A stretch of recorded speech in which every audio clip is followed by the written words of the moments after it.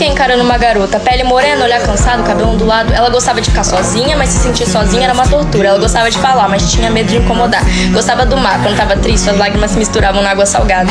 Ela amava nadar, mas tinha medo de se afogar. Odiava que gritassem com ela, mas todo mundo sempre tava brigando, porque ela tava sempre errada. Sempre tentava ajudar, mas só fazia cagada. Ela amava se sentir amada, mas sempre se sentia usada. Gostava de ler, mas só os romances que ela queria viver.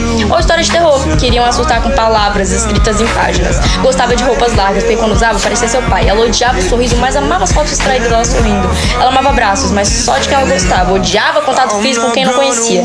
Ela amava o sol, mas gostava muito mais da noite. Gostava como o brilho da lua refletia na água do mar. Ela estava sempre rodeada de pessoas, mas se sentia sozinha.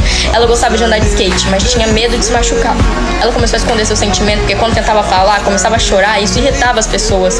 Mas parei de reparar quando uma borboleta passou pela minha janela, prendendo minha atenção.